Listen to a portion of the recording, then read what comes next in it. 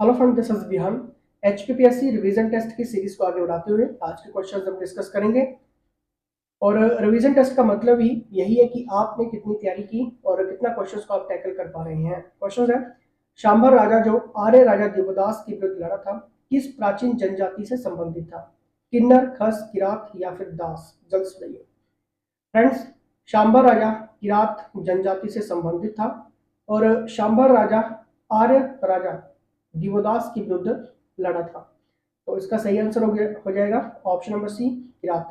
Friends, आगे बढ़ने से पहले मैं आपको बता दूं, हिमाचल के सभी एग्जाम के लिए क्रैश कोर्सेज अवेलेबल हैं।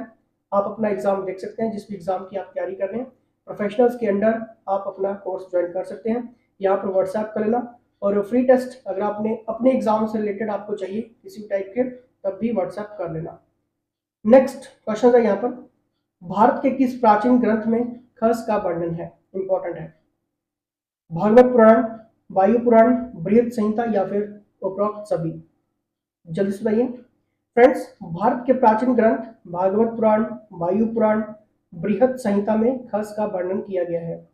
तो इसका सही आंसर क्या होगा? उपरोक्त सभी। नेक्स्ट देखिए यहाँ पर नेक्स्ट क्वेश्चन है, औदुंबर कौशिक गोत्र किस साधु के साथ अपना संबंध जोड़ते हैं? वशिष्ठ, भृगु, विश्वामित्र या फिर पराशर? फ्रेंड्स, कौशिक गोत्र औदुंबर विश्वामित्र से अपना संबंध रखते हैं।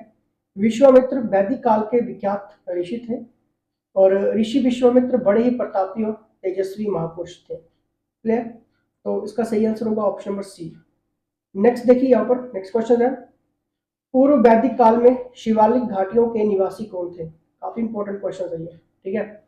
बताइए, जल्दी से बताइए। किन्नर, आर्य, नाग जाति या फिर दस्यु? फ्रेंड्स, पूर्व वैदिक काल में शिवालिक घाटियों के निवासी दस्यु थे और शिवालिक श्रेणी या फिर बाह्य हिमालय, जिसको हम आउटर हिमालय भी कहा जाता है, ठीक है? तो कंफ्यूज नहीं होना है, ठीक है? शिवालिक श्रेणी को हम क्या कहते हैं? बाह्य हिमालय। इंग्लिश में कहें तो आउटर हिमालय भी कहते हैं, ठीक है? और पूर्व वैदिक काल में जो शिवालिक घाटियों के निवासी कौन थे? दस्यु थे। तो इसका सही आंसर होगा ऑप्शन नंबर डी। नेक्स्ट हम यहाँ पर बात करेंगे, नेक्स्ट क्वेश्चन है, किस पुराण के अनुसार जो व्यक्ति हिमालय के बारे में सोचता है, बिना उसे देखे वह काशी में की गई पूजा से बड़ा फल प्राप्त करता है? शिव पुराण, स्कंद पुराण, वायु पुराण या फिर गर्ग पुराण? यहाँ पर बात हो रही है, किस पुराण के अनुसार जो व्यक्ति हिमालय के बारे में सोचता है, बिना उसे देखे वह काशी में की गई पूजा से बड़ा फल प्राप्त करता है? तो ये है आपका स्कंद पुराण। फ्रेंड्स, स्कंद पुराण के अनुसार ही जो व्यक्ति हिमालय के बारे में सोचता है, बिना उसे देखे वह काशी में की गई पूजा से बड़ा फल प्राप्त करता है। तो ये इसके अकॉर्डिंग स्कंद पुराण के अकॉर्डिंग। नेक्स्ट देखिए यहाँ पर नेक्स्ट है, आर्यों के राजा दिवोदास के साथ हुए युद्ध में शांबर का सहायक कौन था? इंपॉर्टेंट है क्वेश्चंस। बात हो रही है, आर्यों के राजा दिवोदास के साथ हुए युद्ध में शांबर का सहायक कौन था? बर्ची, सुदास, अर्जुन, प्रद्युम्न? बताइए फ्रेंड्स। इसका सही आंसर होगा ऑप्शन नंबर ए यानी कि बर्ची। फ्रेंड्स, आर्यों के राजा दिवोदास के साथ हुए युद्ध में शांबर का सहायक कौन था? बर्ची था। लेकिन आपको इतना और भी पता होना चाहिए कि जब बात होती है किरात राजा शांबर के विरुद्ध, ठीक है, तो वहां पर क्वेश्चन ये भी आता है कि किरात राजा शांबर के विरुद्ध युद्ध के समय आर्य राजा दिवोदास का मुख्य सलाहकार कौन था? जब मुख्य सलाहकार की बात होगी तो इसका सही आंसर होगा ऋषि भारद्वाज, ठीक है? क्योंकि यहाँ पर बात हो रही थी कि आर्यों के राजा दिवोदास के साथ हुए युद्ध में शांबर का सहायक कौन था, तो इसका सही आंसर है बर्ची। और जब बात करेंगे दिवोदास के मुख्य सलाहकार कौन थे, तो ऋषि भारद्वाज, ठीक है? नेक्स्ट देखेंगे यहाँ पर नेक्स्ट क्वेश्चन है, आर्य हिमाचल प्रदेश में किस नाम से जाने जाते हैं? जल्दी से बताइए, आर्य हिमाचल प्रदेश में किस नाम से जाने जाते हैं? भोट, कोल, राठी या फिर कुलिंद? फ्रेंड्स, आर्यों ने हिमाचल प्रदेश के पर्वतीय क्षेत्र शिवालिक, ठीक है, शिवालिक के मूल निवासियों को इस नाम से भी पुकारा जाता है। और देखिए यहाँ पर मैं कहना क्या चाहता हूँ, क्योंकि कंफ्यूज करते हैं क्वेश्चन, जो ट्राइब्स क्वेश्चन है, जनजातियों से रिलेटेड क्वेश्चन है, यहाँ पर बात हो रही है कि आर्य हिमाचल प्रदेश में किस नाम से जाने जाते हैं। सही आंसर है कुलिंग। लेकिन क्वेश्चन ये भी पूछा जाता है कि आर्य ने हिमाचल प्रदेश के पर्वतीय क्षेत्र यानी कि शिवालिक के मूल निवासियों को किस नाम से पुकारा जाता है। तब आपका वहां पे होगा दास हो गया, ठीक है, दस्यु हो गया, ठीक है, और एक आपका है निषाद, ठीक है, ठीक है, दस्यु, दास, निषाद, ठीक है, ये याद रख लेना। आर्य ने हिमाचल प्रदेश के पर्वतीय क्षेत्र के मूल निवासियों को किस नाम से पुकारा है। दास, दस्यु और निषाद के नाम से पुकारा है। किसने पुकारा है। आर्य ने पुकारा है। और आर्य हिमाचल प्रदेश में किस नाम से जाने जाते हैं। तब पुल्लिंग। होप सो क्लियर हो चुका होगा। नेक्स्ट है यहाँ पर, किस धर्म ग्रंथ के अनुसार कोल, किरात, यक्ष और नाग जैसे अनार्य जनजातियां हिमाचल प्रदेश में आर्य से पहले बसी हुई थी। बताइए। बात हो रही है कि किस धर्म ग्रंथ के अनुसार कोल, किरात, यक्ष और नाग जैसी अनार्य जनजातियां हिमाचल प्रदेश में आर्यों से पहले बसी हुई थी। किस धर्म ग्रंथ के अनुसार। महाभारत, ऋग्वेद, मनुस्मृति या फिर योग वशिष्ठ। फ्रेंड्स इसका सही आंसर होगा ऑप्शन बी यानी कि ऋग्वेद। ठीक है, तो ऋग्वेद धर्म ग्रंथ के अनुसार कोल, किरात, यक्ष और नाग जैसी अनार्य जनजातियां हिमाचल प्रदेश में आर्यों से पहले बसी हुई थी। ठीक है, याद रख लेना इस क्वेश्चन को, इंपॉर्टेंट है। नेक्स्ट यहाँ पर, प्राचीन आर्य, नरेश, देवदास और शांभर के मध्य 40 वर्षों तक चलने वाले युद्ध में किसकी हार हुई थी। शक, खस, किरात या फिर किन्नर। फ्रेंड्स आप सभी को पता है कि दिवोदास और शांभर के बीच 40 वर्षों तक युद्ध चला था। अब युद्ध चला था तो डेफिनेट सी बात है कि रिजल्ट तो कुछ ना कुछ आया होगा। तो यहाँ पर किसकी हार हुई थी। किरातों की हार हुई थी। ठीक है, याद रखो। और उम्मीद करूंगा आप सभी के क्वेश्चंस भी सही हो रहे होंगे। नेक्स्ट है यहाँ पर, किरात राजा व आर्य राजा के बीच 40 वर्ष तक चले युद्ध का वर्णन किस धर्म ग्रंथ में मिलता है। अब बताइए, अगर युद्ध हुआ तो कुछ ना कुछ तो प्रमाण होगा। ठीक है, तो ये किस धर्म ग्रंथ में मिलता है। क्या ये कठोपनिषद में, ऋग्वेद में, अथर्ववेद में, हितोपनिषद में। बताइए, 40 वर्ष तक अगर युद्ध चला तो इसका किस धर्म में वर्णन मिलता है। तो सबसे पहले मिलता है ऋग्वेद में, और सबसे पुराना आपको पता ही वेद है। ठीक है, और फ्री टेस्ट लेने के लिए या फिर हिमाचल में किसी भी आप एग्जाम की तैयारी कर रहे हैं तो व्हाट्सएप कर लेना। ठीक है, नेक्स्ट देखिए, ऋग्वेद में वर्णित दिवोदास और शांभर के बीच युद्ध कितने वर्ष तक चला था। सिंपल सा सवाल है, बार बार रिपीट हुआ, 40 वर्ष तक चला था। नेक्स्ट यहाँ पर देखेंगे, आर्य राजा दिवोदास का मुख्य सलाहकार कौन था। अब बताइए, मैंने अभी आपको बताया। ठीक है, आर्य राजा दिवोदास का मुख्य सलाहकार कौन था। ऋषि भारद्वाज। ठीक है, नेक्स्ट यहाँ पर देखिए, महाभारत के युद्ध में कौरव पक्ष की ओर से लड़ने वाला राजा सुशर्मा हिमाचल प्रदेश के एक महत्वपूर्ण राजवंश का संस्थापक माना जाता है। यह राजवंश किस नाम से अभिज्ञात है। बताइए, कटोच, भनकोटिवा, पठानिया या फिर कठवाल। बात हो रही है कि महाभारत के युद्ध में कौरव पक्ष की ओर से लड़ने वाला राजा सुशर्मा हिमाचल प्रदेश के एक महत्वपूर्ण राजवंश का संस्थापक माना जाता है। यह राजवंश किस नाम से अभिज्ञात है। तो आप सभी को पता ही होगा कि ये राजवंश किस नाम से अभिज्ञात है। कटोच वंश। ठीक है, कटोच राजवंश से ये अभिज्ञात है। क्लियर। नेक्स्ट देखेंगे यहाँ पर, महाभारत के युद्ध में कांगड़ा के किस कटोच वंशीय राजा ने कौरवों की ओर से युद्ध में भाग लिया था। इंपॉर्टेंट क्वेश्चन है। महाभारत के युद्ध में कांगड़ा के किस कटोच वंशीय राजा ने कौरवों की ओर से युद्ध में भाग लिया था। जगत चंद्र ने, सचेंद्र ने, गणेश चंद्र ने या फिर सुशर्मा चंद्र ने। आप सभी को पता है कि सुशर्मा चंद्र ने महाभारत के युद्ध में कांगड़ा के, ठीक है, कांगड़ा की साइड से मतलब कौरवों की ओर से इसने भाग लिया था। ठीक है, कौरवों की ओर से युद्ध में भाग लिया था। तो वो कौन थे। सुशर्मा चंद्र, ऑप्शन नंबर डी। नेक्स्ट यहाँ पर देखिए, प्रदेश के अनार्य राजा शांबर का किस आर्य राजा से कई बार युद्ध हुआ। इंपॉर्टेंट है। प्रदेश के अनार्य राजा शांबर, याद रखो करो, अनार्य राजा शांबर का किस आर्य राजा से कई बार युद्ध हुआ। सभी को पता है, दिवोदास से हुआ। ठीक है, नेक्स्ट यहाँ पर देखेंगे, और ये जो सीरीज है और ये सीरीज चलती रहेगी जिसमें हम बहुत सारे एक ही टॉपिक्स को बार बार करके अप डाउन करके क्वेश्चंस पूछने वाले हैं। ताकि अगर क्वेश्चंस कहीं बाहर से भी बनता है तब भी आपके पास आंसर होगा। तो ये सीरीज आपको बहुत कुछ देगी। पांडवों ने 12 वर्ष का वनवास किस क्षेत्र में बिताया था? इंपॉर्टेंट है, बताइए। बिलासपुर, सिरमौर, महासू या फिर काजा? पांडवों ने 12 वर्ष का वनवास किस क्षेत्र में बिताया था? सभी को पता होगा, महासू में ये बिताया था। नेक्स्ट देखिए, कुलिंद स्थायी रूप से कहाँ निवास करते थे? बताइए, कुलिंद स्थायी रूप से कहाँ निवास करते थे? कांगड़ा, कुल्लू, किन्नौर या फिर शिमला और सिरमौर? फ्रेंड्स, शिमला और सिरमौर में कुलिंद स्थायी रूप से निवास करते थे। Option number D is the right answer. Next देखिए, हिमाचल प्रदेश में बसने वाली दूसरी जाति कौन थी? ये काफी इंपॉर्टेंट क्वेश्चन है, जल्दी से बताना है। फ्रेंड्स, हिमाचल प्रदेश में बसने वाली दूसरी जाति कौन थी? किरात थी। तो फर्स्ट कौन थी, यानी कि प्राचीनतम कौन थी? तो वो थी आपकी कोल। और तीसरी जाति कौन थी? तो वो थी आपकी खस, ठीक है, या फिर खासा भी बोलते हैं, ठीक है, खस, ठीक है। क्लियर हो गया? अगर यहाँ पर प्राचीन निवासी की बात करें, यानी कि पहली जाति की बात करें, तो आपका कोल है। और दूसरी की बात करें तो किरात है। और तीसरी की बात करें तो आपकी वो खस है, ठीक है, याद रखना। नेक्स्ट देखिए, यहाँ पर नेक्स्ट क्वेश्चन है। तो यहाँ पर तीसरी जाति की बात पूछ रहा है, बताइए। अभी मैंने बताया, यानी कि खस, ठीक है।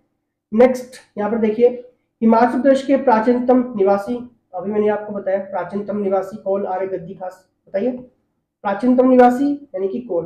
होप सो आपके आंसर सही हो रहे होंगे। नेक्स्ट है यहाँ पर, प्रसिद्ध भाषा विज्ञानी ग्रियसेन के अनुसार हिमालयन भूभाग के प्रथम परिचित इंडो आर्यंस कौन थे? ये काफी इंपॉर्टेंट है। इंडो आर्यंस कौन थे? प्रसिद्ध भाषा विज्ञानी ग्रियसेन के अनुसार बताइए, क्या ये खस थे, नाग थे, दास थे या फिर किरात थे? फ्रेंड्स, ये थे आपके खस, याद रखना। फ्रेंड्स, प्रसिद्ध भाषा विज्ञानी ग्रियसेन के अनुसार हिमालयन भूभाग के प्रथम इंडो आर्यंस खस थे, ठीक है। Option number A is the right answer. Next देखिए, निम्नलिखित में से कौन सी प्राचीन जनजाति, यहां पर थोड़ा सा करेक्ट करना है इस क्वेश्चन को। यहां पर बात हो रही है, निम्नलिखित में से कौन सी प्राचीन प्राचीन जनजाति अतः हिमालयन तराइन गंगा से चंद्रभागा तक गुप्त काल तक बसी हुई मानी जाती है, ठीक है। यहाँ पर ये जनजाति होगा, ठीक है, करेक्ट कर लेना। दास, किन्नर, किरात, नाग, बताइए। देखिए, प्राचीनतम जनजाति की बात हो रही है। निम्नलिखित में से कौन सी प्राचीन जनजाति अतः हिमालयन तराइन गंगा से चंद्रभागा तक गुप्त काल तक बसी हुई थी, जो गुप्त काल का पीरियड था? तो वो थी आपकी किन्नर। ये काफी इंपॉर्टेंट क्वेश्चन है, ठीक है। और आप यहां से सीख रहे होंगे कि क्या आपका ये टॉपिक क्लियर हुआ था कभी या नहीं हुआ था, ठीक है। नेक्स्ट है, बौद्ध विद्वान चंद्र गौमी ने किस सदी के आसपास औदुंबरों के बारे में लिखा? बौद्ध विद्वान चंद्र गौमी ने किस सदी के आसपास औदुंबरों के बारे में लिखा? तो आपको याद रखना है, 5वीं सदी के आसपास विद्वान चंद्र गौमी ने औदुंबरों के बारे में लिखा। क्लियर? नेक्स्ट देखिए, यहाँ पर नेक्स्ट क्वेश्चन है, चंबा रियासत के पास 150 से अधिक ताम्रपत्र स्वत्व संलेख हैं। इनमें लगभग कितने मोहम्मदन, इनकी मुस्लिम काल से भी पहले के हैं? 0, 2, 5, 7। यहाँ पर बात हो रही है, चंबा रियासत के आसपास 150 से ज्यादा अधिक ताम्रपत्र अवलेख मिलता है। इनमें लगभग कितने मुस्लिम काल से भी पहले के हैं? तो यानी कि 0, 0, ठीक है। Option number A is the right answer, ठीक है। नेक्स्ट देखिए, यहाँ पर नेक्स्ट क्वेश्चन है, निम्नलिखित में से किस रियासत के पास 150 से अधिक ताम्रपत्र अवलेख मिलता है, संलेख मिलता है? अभी मैंने आपको क्लियर करवाया, तो इसका सही आंसर चंबा। नेक्स्ट यहाँ पर देखिए, हिमाचल प्रदेश के राणाओं और ठाकुरों के बारे में कौन से मुख्य सूचना स्रोत हैं? ये इंपॉर्टेंट है। हिमाचल प्रदेश के राणाओं और ठाकुरों के बारे में कौन से मुख्य सूचना स्रोत हैं? कहाँ से हमें पता चलता है? मतलब जो इन चीजों के बारे में हमें पता चलता है, ठीक है, राणाओं और ठाकुरों के बारे में हमें पता चलता है, तो वो स्रोत क्या है? क्या ये राजतरंगिणी, बैजनाथ को प्रशस्तियां, चंबा रियासत में पाए जाने वाले शिलालेख या फिर उपरोक्त सभी? देखिए, हिमाचल प्रदेश के राणाओं और ठाकुरों की जब भी बात होती है तो इनके जो मुख्य स्रोत हैं इनकी हमें कहाँ से पता चलता है? तो पहला तो राजतरंगिणी भी है, ठीक है, और बैजनाथ को जो प्रशस्तियां, ठीक है, वहां से पता चलता है। चंबा रियासत में पाए जाने वाले जितने भी शिलालेख हैं, ठीक है, वहां से हमें पता चलता है। तो option number D is the right answer. Next यहाँ पर देखेंगे, नेक्स्ट है, एक ताम्रपत्र के अनुसार विक्रमी संवत 1717 चंबा शहर शक संवत अनुसार किस वर्ष में पड़ेगा? तो इस तरह का भी क्वेश्चन पूछा गया था, ठीक है, तो इसका सही आंसर होगा ऑप्शन नंबर ए 1582। फ्रेंड्स, कभी भी आप कैलेंडर देखते हैं तो आपको पता है कि एक साइड विक्रमी लिखा जाता है और एक साइड संवत लिखा जाता है, ठीक है। तो आप मुझे कमेंट करके बताइए कि ये कब पहली बार जारी हुआ था, ठीक है, और थोड़ा सा मुझे डिटेल बता दीजिए इसका, ठीक है, विक्रमी और संवत, क्योंकि बहुत इंपॉर्टेंट है और एग्जामिनर ने क्वेश्चन पूछा था, ठीक है। और आपके एग्जामिनर ने इस तरह का भी क्वेश्चन पूछा था जो आपके आषाढ़, ज्येष्ठ, ठीक है, भाद्रपद वगैरह जो रहते हैं, ठीक है, जनवरी फरवरी जो भी आपके इंग्लिश नेम है, तो जब इनके ये जो भाद्रपद हो गया, ठीक है, आपका आषाढ़ हो गया, ज्येष्ठ हो गया, तो डायरेक्ट क्वेश्चन ये पूछता है कि त्योहार कहाँ पे और किस महीने में मनाया जाता है। तो आपके वहां पर इस तरह के ऑप्शंस देखने को मिलते हैं। जनवरी फरवरी मार्च अप्रैल ऑप्शन नहीं होगा, वहां पर होगा आषाढ़, ज्येष्ठ, भाद्रपद, ठीक है, इस तरह से ऑप्शन डाल देगा। तो एक बार कैलेंडर को अच्छे से रीड कर लेना, ठीक है, कौन कौन से महीनों को कौन कौन से नाम से हम जानते हैं हिंदू के अकॉर्डिंग, ठीक है। तो इन क्वेश्चंस को डालने का मतलब ये होता है कि आप कितना कर रहे हैं, ठीक है। नेक्स्ट देखिए, चकली तांबे के सिक्के जो 10वीं शताब्दी के आसपास मौजूद थे, हिमाचल प्रदेश के किस क्षेत्र से संबंधित थे? बिलासपुर, कांगड़ा, चंबा, कुल्लू। देखिए, बात हो रही चकली तांबे के सिक्के जो 10वीं शताब्दी के आसपास मौजूद थे, हिमाचल प्रदेश के किस क्षेत्र से संबंधित थे? आप सभी को पता है, option number A sorry C Chamba, ठीक है, चंबा क्षेत्र से ये संबंधित है। नेक्स्ट है, सोहन घाटी जो 40,000 वर्ष पूर्व पुराने औजारों की खुदाई के लिए कभी प्रसिद्ध हुई, अब कहां पे है? बताइए जल्दी से, जल्दी से बताइए, जल्दी से देखिए इसका सही क्वेश्चन क्या होगा। सोहन घाटी जो 40,000 वर्ष पूर्व पुराने औजारों की खुदाई के लिए कभी प्रसिद्ध हुई थी, अब वो कहां पर है? फ्रेंड्स, वो है अब पाकिस्तान में, ठीक है, सोहन घाटी, ठीक है। नेक्स्ट देखिए, औदुंबरो शासकों के सिक्कों पर कौन सी आकृति पाई गई है? कमल, त्रिशूल, मोर, शंख, बताइए। औदुंबरो शासकों के सिक्कों पर कौन सी आकृति पाई गई है? तो वो आकृति कौन सी पाई गई है? त्रिशूल आकृति पाई गई है। कहां पे पाई गई है? औदुंबर जो शासक थे उनके सिक्कों पर, ठीक है, आकृति पाई गई है त्रिशूल की, ठीक है। नेक्स्ट देखिए, यहां पर 20वीं शताब्दी में कुलिंद राज्य के सिक्के किन स्थानों पर प्राप्त हुए? इंपॉर्टेंट क्वेश्चंस, जल्दी बताइए। औदुंबरो शासकों के सिक्कों पर, सॉरी, यहाँ पर क्वेश्चन है, 20वीं शताब्दी में कुलिंद राज्य के सिक्के किन स्थानों पर प्राप्त हुए हैं? बताइए। कालका, नागरकोट, अंबाला व सहारनपुर या फिर नालागढ़? इसका सही आंसर होगा ऑप्शन नंबर सी, अंबाला व सहारनपुर। फ्रेंड्स, 20वीं शताब्दी में कुलिंद राज्य के जितने भी सिक्के हैं वो मैक्सिमम अंबाला और सहारनपुर स्थानों पर प्राप्त हुए हैं, ठीक है, ऑप्शन नंबर सी। नेक्स्ट देखिए, यहाँ पर नेक्स्ट क्वेश्चन है, कुलिंदों के सिक्कों पर किसकी आकृति पाई गई है? ये काफी इंपॉर्टेंट है, अब बताइए, ठीक है। औदुंबरों के सिक्कों पर तो त्रिशूल की आकृति पाई गई है, तो कुलिंदों के सिक्कों पर किसकी आकृति पाई गई है? फिर वीणा के साथ सरस्वती, कमल के साथ विष्णु, त्रिशूल के साथ शिव या फिर बज के साथ इंद्र? बताइए जल्दी से, बताइए इसका सही आंसर। फ्रेंड्स, इसका सही आंसर होगा ऑप्शन नंबर सी, यानी कि त्रिशूल के साथ शिव। कुलिंदों के सिक्कों पर किसकी आकृति पाई गई है? त्रिशूल के साथ शिव, ठीक है। नेक्स्ट यहाँ पर देखिए, कांगड़ा के पठियार और कनिहारा के प्राचीन चट्टानी शिलालेख किस लिपि में है? इंपॉर्टेंट है, कांगड़ा के पठियार और कनिहारा के प्राचीन चट्टानी शिलालेख किस लिपि में है? ब्राह्मी और टांकरी, खरोष्टी और टांकरी, ब्राह्मी और खरोष्टी, खरोष्टी और फारसी? बताइए। फ्रेंड्स, इसका सही आंसर होगा ऑप्शन नंबर सी, यानी कि ब्राह्मी और खरोष्टी। कांगड़ा के पठियार और कनिहारा के प्राचीन चट्टानी शिलालेख हमें ब्राह्मी और खरोष्टी लिपि में मिलते हैं। ठीक है, चलिए नेक्स्ट यहां पर देखेंगे, अपने प्राचीनतम ढांचे के लिए प्रसिद्ध गांव जिसका नाम सिकंदर महान से जोड़ा जाता है। इंपॉर्टेंट, जल्दी से बताइए, अपने प्राचीनतम ढांचे के लिए सबसे पुराना लोकतंत्र की बात होती है। ठीक है, और उस गांव को किस महान सिकंदर से जोड़ा जाता है? मलाना गांव। ठीक है, और होप सो आप सभी का आंसर सही हुआ होगा।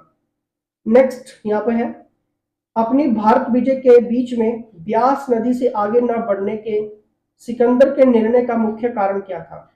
फ्रेंड्स, आप सभी को इसका सही आंसर पता होना चाहिए कि जब सिकंदर अपनी भारत विजय के लिए आगे बढ़ रहा था तो ब्यास नदी से वो आगे नहीं बढ़ा, तो इसका मुख्य कारण था उसके अपने सरदारों का विद्रोह।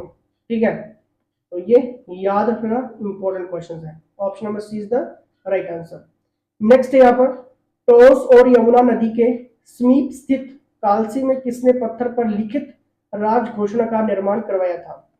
इंपॉर्टेंट क्वेश्चंस देखिए, टोस और यमुना नदी के समीप स्थित कालसी में किसने पत्थर पर लिखित राज घोषणा का निर्माण करवाया था? तो वो था आपका अशोक। ठीक है, अशोक ने निर्माण करवाया था। क्लियर? चलिए नेक्स्ट देखिए, यहाँ पर नेक्स्ट क्वेश्चन है, सिकंदर ने किस वर्ष ब्यास नदी के तट पर कदम रखा? बताइए, 326, 221, 550 या फिर 50 बीसी? जल्दी से, सिकंदर ने किस वर्ष ब्यास नदी के तट पर कदम रखा? The right answer is option number ए, यानी कि 326 बीसी। नेक्स्ट देखेंगे, अशोक द्वारा हिमाचल प्रदेश की पोंटा घाटी, ठीक है, पोंटा घाटी में निर्मित एक स्तूप को एक मुसलमान शासक ने दिल्ली में कहा स्थानांतरित किया? इंपॉर्टेंट क्वेश्चन, बताइए, अशोक द्वारा हिमाचल प्रदेश की पोंटा घाटी में निर्मित एक जो स्तूप था, ठीक है, एक स्तूप को एक मुसलमान शासक ने दिल्ली में कहां पर ट्रांसफर किया था? तो वो था आपका फिरोज शाह कोटला। ठीक है, और आपको पता है कि फिरोज शाह कोटला दिल्ली में एक पहले स्टेडियम हुआ करता था, क्रिकेट स्टेडियम, ठीक है, फिरोज शाह कोटला के नाम से, जिसे आप किस नाम से जानते हैं? अरुण जेटली स्टेडियम। ठीक है, अरुण जेटली स्टेडियम, और ये क्वेश्चन भी बनता है। ठीक है, option number C is the right answer. Next है, हेन सांग ने भारत की यात्रा किस वर्ष की? ये काफी इंपॉर्टेंट है। जितने भी ट्रेवलर्स भारत आए थे और उन्होंने अपनी अपनी बुक्स में क्या लिखा, कौन कौन सी बुक्स उन्होंने लिखी, धीरे धीरे करके हम ये सारी चीजें हम इंक्लूड करने वाले हैं। लेकिन पहला क्वेश्चन है, मतलब इसके अकॉर्डिंग हेन सांग ने भारत की यात्रा किस वर्ष की? डायरेक्ट याद रखना, 629 एडी में हेन सांग ने भारत की यात्रा की थी। क्लियर? नेक्स्ट देखिए यहाँ पर, सन 480-90 में गुप्त साम्राज्य के विघटन के पश्चात निम्नलिखित में से किसने अपने को एक शक्तिशाली शासक के रूप में स्थापित किया था? इंपॉर्टेंट, क्या ये महिरकुल, तोमरमान, यशोवर्धन या फिर हर्ष? बताइए, सन 480-90 में गुप्त साम्राज्य के विघटन के पश्चात तोमरमान ने अपने को एक शक्तिशाली शासक के रूप में स्थापित किया था। ठीक है, Toramana, option number B is the right answer. ठीक है, नेक्स्ट देखिए यहाँ पर नेक्स्ट क्वेश्चन है, तोमरमान कौन था? अब बताइए, कौन था तोमरमान? जल्दी से देखिए इसका सही आंसर क्या होगा। तोमरमान कौन था? क्या ये 5वीं शताब्दी का एक पूर्ण आक्रमणकारी व शासक था? गुप्त वंश का एक इतिहासकार था? सिकंदर की सेना का एक सरदार था? या फिर चीन में बौद्ध धर्म का प्रचारक एक भिक्षु था? बताइए, कौन था ये तोमरमान? फ्रेंड्स, 5वीं शताब्दी का एक पूर्ण आक्रमणी व शासक था Toramana. Option number A is the right answer. Next देखिए यहाँ पर, अपने वर्णन में किसने त्रिगार्तों को पूर्व से पश्चिम 267 मील लंबा तथा उत्तर से दक्षिण 213 मील चौड़ा राज्य बताया है? ये किसने बताया है? जैसे कि मैंने अभी आपको बताया कि जब जब ये ट्रैवलर्स आए हैं, ठीक है, तो उन्होंने कुछ ना कुछ लिखा है, कुछ ना कुछ उन्होंने रिसर्च वगैरह की है, ठीक है, अपने अकॉर्डिंग। तो देखिए, हेन सांग, ऑप्शन नंबर सी, हेन सांग ने अपने वर्णन में त्रिगार्तों को पूर्व से पश्चिम 267 मील लंबा और उत्तर से दक्षिण 213 मील चौड़ा राज्य बताया है। ये किसने? हेनसांग ने। नेक्स्ट देखिए यहाँ पर, नगरकोट का किला कब तक तुर्कों महमूद गजनवी के कब्जे में रहा? 92, 43, 92 या फिर 43? बताइए, जल्दी से बताइए इसका सही आंसर। फ्रेंड्स, नगरकोट का किला 1043 ईस्वी तक तुर्कों यानी कि महमूद गजनवी के कब्जे में रहा था। ठीक है, option number B is the right answer. Next यहां पर देखेंगे, महमूद गजनवी के द्वारा कांगड़ा का किला सन हथियाया गया और लूटा गया कब? फ्रेंड्स, महमूद गजनवी के द्वारा 1009 ईस्वी में कांगड़ा का किला, ठीक है, हथियाया गया और लूटा गया था 1009 ईस्वी। नेक्स्ट देखेंगे, 1009 ईस्वी में निम्नलिखित में से किसने नगरकोट यानी कि कांगड़ा को लूटा था? सिंपल सा है, महमूद गजनवी ने लूटा था। नेक्स्ट देखिए यहाँ पर, शाहिया राजवंश के हिंदू राजा जयपाल को गजनी के शासक सुबुक्तगीन के साथ एक अपमानजनक संधि करने के लिए क्यों बाध्य होना पड़ा? काफी इंपॉर्टेंट क्वेश्चन है। यहां पर बात हो रही है, शाहिया राजवंश के हिंदू राजा जयपाल को गजनी के शासक सुबुक्तगीन के साथ एक अपमानजनक संधि करने के लिए क्यों बाध्य होना पड़ा था? क्यों बाध्य होना पड़ा था? क्या अपने एक सलाकार के विद्रोह के कारण, ठीक है, पुत्र की मृत्यु के कारण, धन के अभाव के कारण, या फिर बर्फीले तूफान के कारण? फ्रेंड्स, इसका सही आंसर होगा ऑप्शन नंबर डी यानी कि बर्फीले तूफान के कारण। अब ये शाहिया राजवंश का जो हिंदू राजा था जयपाल, ठीक है, गजनी के शासक सुबुक्तगीन के साथ एक अपमानजनक संधि करने के लिए क्यों बाध्य होना पड़ा था? क्योंकि उस टाइम क्या था, एक बर्फीला तूफान आया था, ठीक है, जिसके कारण ये चीज अपमानजनक संधि करने के लिए ये बाध्य हो गया था। ठीक है, तो कंफ्यूज नहीं होना है, क्लियर। नेक्स्ट क्वेश्चन है यहाँ पर, नेक्स्ट क्वेश्चन, महमूद गजनवी की सेना ने कांगड़ा के कौन से मंदिर को नष्ट किया? आपको पता ही होगा, जल्दी से बताइए। Option number C is the right answer, इनकी ब्रजेश्वरी। नेक्स्ट देखिए यहाँ पर, महमूद गौरी के आक्रमण के समय चंबा का शासक कौन था? कौन था जी, बताइए। इसका सही आंसर होगा, क्या ये विजय वर्मन था, पृथ्वी वर्मन, जसटा वर्मन, या फिर साहिल वर्मन? जल्दी से। महमूद गौरी के आक्रमण के समय चंबा का शासक कौन था? विजय वर्मन था। Option number A is the right answer. Next देखेंगे, 1009 में महमूद गजनवी के आक्रमण के समय कांगड़ा का राजा कौन था? ये भी पता होना चाहिए, ठीक है, क्योंकि 12 क्वेश्चन बनते हैं। 1009 में महमूद गजनवी के आक्रमण के समय कांगड़ा का राजा कौन था? तो इसका सही आंसर होगा ऑप्शन बी यानी कि जगदीश चंद। ठीक है, तो उस समय कौन राजा था कांगड़ा का जब महमूद गजनवी ने आक्रमण किया 1009 में? जगदीश चंद। ठीक है, अब आपने करना क्या है, सिंपली व्हाट्सएप करो, क्रैश कोर्स की डिटेल्स आप अपने एग्जाम के रिकॉर्डिंग ले सकते हैं, फ्री टेस्ट लेने हैं तब भी व्हाट्सएप कर लेना, और किसी भी टाइप की कोई हेल्प की जरूरत है तब भी आप व्हाट्सएप कर सकते हैं। तो मिलते हैं नेक्स्ट सीरीज में। होप सो आपके मैक्सिमम क्वेश्चन यहाँ पर सही हुए होंगे। अगर सही हुए तो खुद के लिए लाइक कर लेना, क्योंकि आप पढ़ रहे हैं, आप मेहनत कर रहे हैं, इसलिए आपके सही हो रहे हैं। चलिए, इसी के साथ जय हिंद, जय हिमाचल।